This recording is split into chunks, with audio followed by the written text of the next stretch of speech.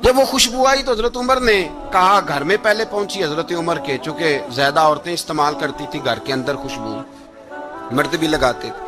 حضرت عمر نے اپنی بیوی سے کہا، آپ کی زوجہ تو تھی وہ بڑی خوشبو کو پسند کرتی تھی۔ حضرت عمر نے اپنی زوجہ سے کہا کہ خوشبو لاؤ، میں نے ایک عورت کی ڈیوٹی لگائی ہے، وہ خوشبو تول کے نا تو حصہ برابر صحابہ میں بانٹ دے گی۔ تو آپ کی زوجہ کہنے لگی، کسی بی بی کی ڈیوٹی لگانے کی کیا ضرورت تھی، میں جو موجود تھی میں بانٹ دیتی ہوں تول کے حصہ برابر۔ آپ نے فرمایا نہیں، تو رہنے دے، وہ فلانی بی بی بانٹے گی۔ کہا حضور میں نے بھی بانٹنی ہے، میرے پہ کچھ حق ہے؟ آپ نے فرمایا نہیں، تو تفصیل نہ پوچھ، تو خوشبو دے دے، کوئی اور بانٹے گی۔ خاتون خانہ تھی نا، کہنے لگی نہیں، مجھے بھی آج آپ کو بتانا ہی پڑے گا کہ کوئی جو بانٹ سکتی ہے تو میں کیوں نہیں بانٹ سکتی؟ زوجہ کہتی عمر نے بات کی تو میری چیخیں نکل گئی۔ حضرت عمر فرمانے لگے، جب تو خوشبو بانٹے گی نا، تیرے ہاتھوں کو بھی لگے گی، تیرے دوپٹوں کو بھی لگ جائے گی۔ اگر رب کریم نے مجھ سے سوال پوچھا کہ عمر خوشبو تو مسلمانوں کی تھی، تیری بیوی کے دوپٹے کو کیوں لگ گئی، تو میں اللہ کے حضور کیا جواب دوں گا؟ اگر اللہ نے یہ سوال کیا کہ تیری بیوی نے کیوں لگائی، وہ تو حصہ تھا مسلمانوں کا، تو نے تیری بیوی نے کیوں لگائی؟ تو فرمایا میں نہیں چاہتا کہ اللہ کے حضور مجھے اور تجھے باز پرس ہو، لہذا کسی اور کو بانٹنے دے۔ زوجہ روئی اور تڑپ کے کہنے لگی، عمر مجھے لگتا ہے صبح قیامت بھی تیری بیوی ہونے کی وجہ سے اللہ مجھے جنت عطا فرما دے گا، تیری زوجہ ہونے کی برکت سے۔ بھائی یہ معیار رکھا، خدا کی قسم ایسا شخص تاریخ میں دوبارہ نہیں آیا۔ اتنا بڑا آدمی، اتنا بڑا شخص، اتنا بڑا آدمی، اور پھر رنگ یہ ہے کہ عمر 22 لاکھ مربع میل کا حکمران، 22 لاکھ، اور کھجور کے درخت کے نیچے مٹی کا ڈھیلا لے کے سو گئے ہیں، پرواہ کوئی نہیں، کوئی مسئلہ ہی نہیں۔ 2 غلام ساتھ بیٹھے تو ایک روٹی حضرت عمر نے گھر سے منگوائی، تھوڑا سا سرکہ، تو غلام کہنے لگے ہم نے بھی کھانی ہے۔ فرمایا کوئی حرج نہیں، روٹی کو پیٹ بھر کے کھانا ضروری تو نہیں، 3 حصوں میں بانٹ لیتے۔